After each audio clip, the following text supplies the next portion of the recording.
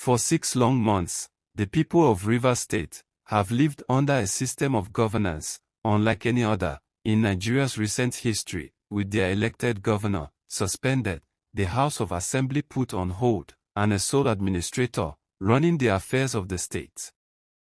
Now, as the September 18 deadline approaches, Nigerians are asking, what happens next? Will democracy be restored smoothly, or will there be another twist in this political drama? Welcome to the People's Mic Naija. I'm your host, Gigi. Stay with me as we unpack the background, the legal angles, the controversies, the human stories, and the possible scenarios as Rivers State stands on the edge of transition. It all began on March 18, 2025.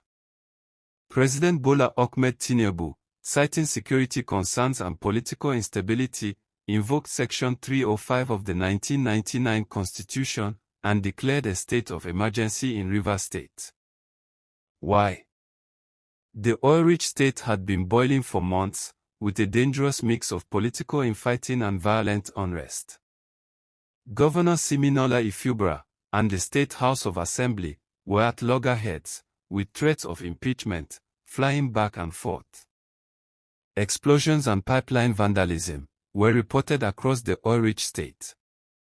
Civil unrest was escalating in parts of Port Harcourt and beyond. The president, in his nationwide broadcast, said extraordinary measures were needed to prevent a complete breakdown of law and order. As a result, Governor Ifubara, his deputy, and all members of the State Assembly were suspended from office. In their place, a retired naval officer, Vice Admiral Ebok Ibos, was appointed the sole administrator for the state. The judiciary, however, was allowed to continue functioning, a reminder that some aspects of democratic governance had to remain intact. The National Assembly quickly backed the proclamation, and from that moment, Rivers State became a case study in federal emergency powers. In the past 6 months, under Vice Admiral Ibos, the state has been run by a single authority, answerable directly to the presidency. Supporters argue that this brought a measure of stability. Security checkpoints were reinforced. Pipeline attacks were curbed. And administrative decisions were made without the endless back and forth of political quarrels. But critics say, this stability came at a heavy price. Civil society groups complained of a lack of accountability. Without a functioning assembly, who scrutinized the state budget? Who questioned contracts, policies, or spending decisions? Ordinary citizens also felt the absence of their elected leaders. In a democracy, people expect to have representatives who speak for them, whether in government or in opposition. Under emergency rule, those voices were silenced. Some analysts have also pointed out that the suspension of a sitting governor and his deputy, though not unprecedented in the present Nigeria's Fourth Republic, should by now be outdated, since it happened at the initial stage of the current experiment. Many wondered if this move, though legal on paper, set a dangerous precedent for the future. And talking on the legality of the emergency rule, there certainly exists clearly marked divergent views. Section 305 of the Constitution allows the President to declare a state of emergency, where there is a clear and present danger to public order. But nowhere does it explicitly authorize suspending elected officials. So, was the suspension of Governor Ifubara constitutional? Some legal scholars argue, yes. That the President, once empowered under Section 305, can take extraordinary steps, including sidelining elected officials, in order to restore order. Others argue, no. That while emergency powers allow for extraordinary policing measures, they do not extend to removing the democratic mandate of elected leaders. This split in opinion has left the country divided. On the political side, the Rivers State crisis has also been seen as part of the ongoing struggle between factions within the ruling party. Fubra's allies claim he was targeted for refusing to bow to certain political interests, led by the present Minister of the Federal Capital Territory, Mr. Nyesom Wike. Federal loyalists insist it was purely about protecting lives and restoring calm. One way or another, the state of emergency has become, not just a Rivers State story, but a national test case for how far federal power can reach into state governance. The 6-month period ends on September 18, 2025. By law, the proclamation lapses automatically after the said duration unless the President seeks and secures an extension from the National Assembly.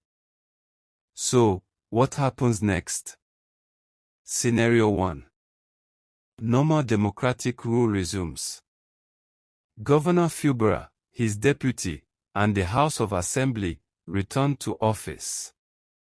Some argue no fresh oath of office is required, others insist there should be a formal proclamation lifting the suspension. Scenario 2. The President seeks an extension. If security agencies advise that conditions are still too volatile, Tinubu could ask the National Assembly for another 6 months. This, however, would be deeply controversial, and could further inflame public opinion, not just in Rivers State, but across the country. Scenario 3. Legal or political disputes delay reinstatement. If there is confusion over the procedure, should Fubara simply walk back into office, or wait for a new gazette? We could see court cases, protests, or even a brief power vacuum. Whichever way, the next few days will be critical. As Nigerians, we must ask ourselves some important questions.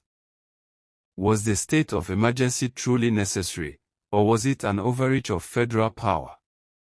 What lessons should we learn about balancing security with democracy?